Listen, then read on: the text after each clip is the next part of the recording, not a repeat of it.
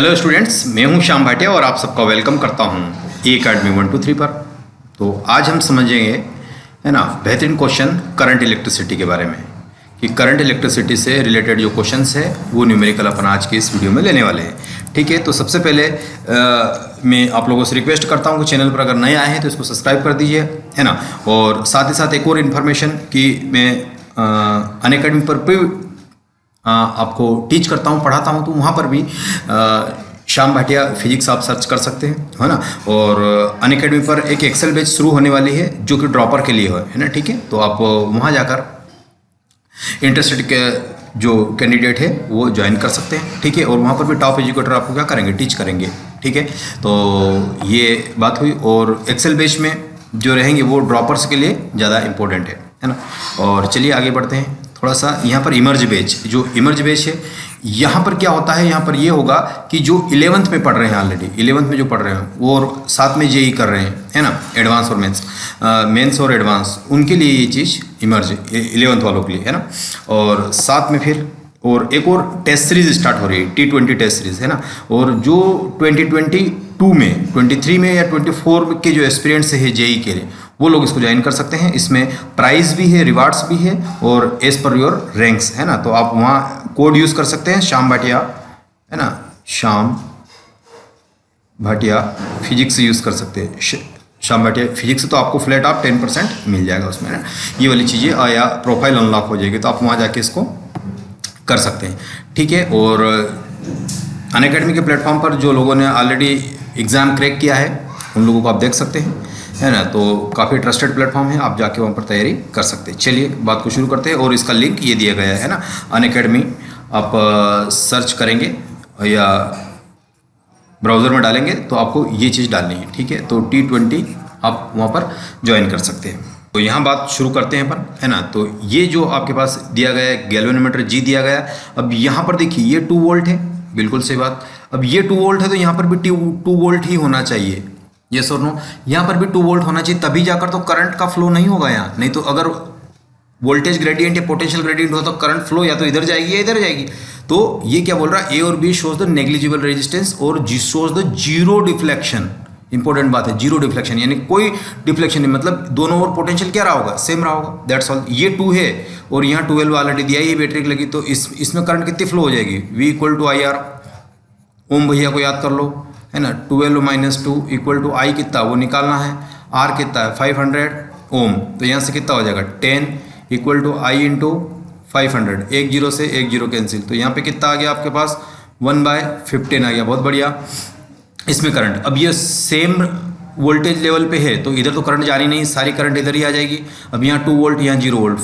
वापस से ओम भैया को याद करो, 2 - 0 = IR, है ना। तो ये तो 2 है ना, यहाँ तो 0 वोल्ट है। अब I जो अगर सेम लेवल पे है तो करंट भी उधर नहीं गई होगी, सारी करंट इधर ही आई होगी, और वो वैल्यू कितनी होगी, 1/50 एम्पियर हो रही होगी। तो ये लिख दो 1/50 एम्पियर × R, तो R की वैल्यू कितनी आ जाएगी, 2 से मल्टीप्लाई करो तो ये हो जाएगी 100 ओम, है ना। क्या हो जाएगी, 100 ओम। तो ये जो रेजिस्टेंस आएगा ये कितना आ जाएगा, 100 ओम। कौन सा ऑप्शन, थर्ड वाला ऑप्शन। चलो आ जाओ नीचे।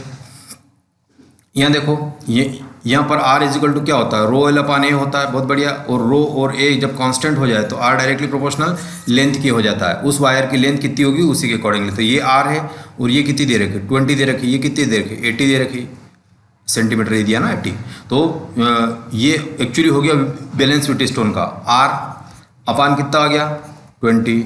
बहुत बढ़िया। ये कितना है, 80, है ना। अपान लेंथ कितनी है, क्योंकि डायरेक्टली प्रोपोर्शनल L की होगी, ये भी 80, है ना। तो ये कटा तो ये आ गया 1, तो R = कितना आ गया, 20 ओम। कौन सा ऑप्शन, थर्ड वाला ऑप्शन।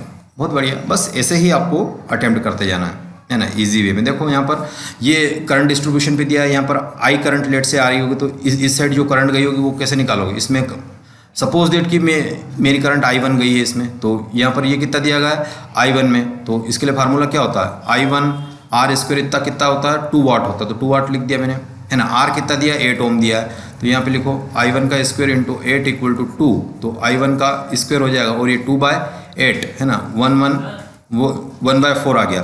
तो यहाँ से आपके पास कितना आ जाएगा, नथिंग बट I1 = √1/4, तो ये कितना हो जाएगा, 1/2 एम्पियर। बात क्लियर हुई। तो ये इसमें जो आ रही है 1/2 2 एम्पियर करंट आ रही है। इतनी बात क्लियर हुई। चलो इसमें 1/2 एम्पियर आ रही है,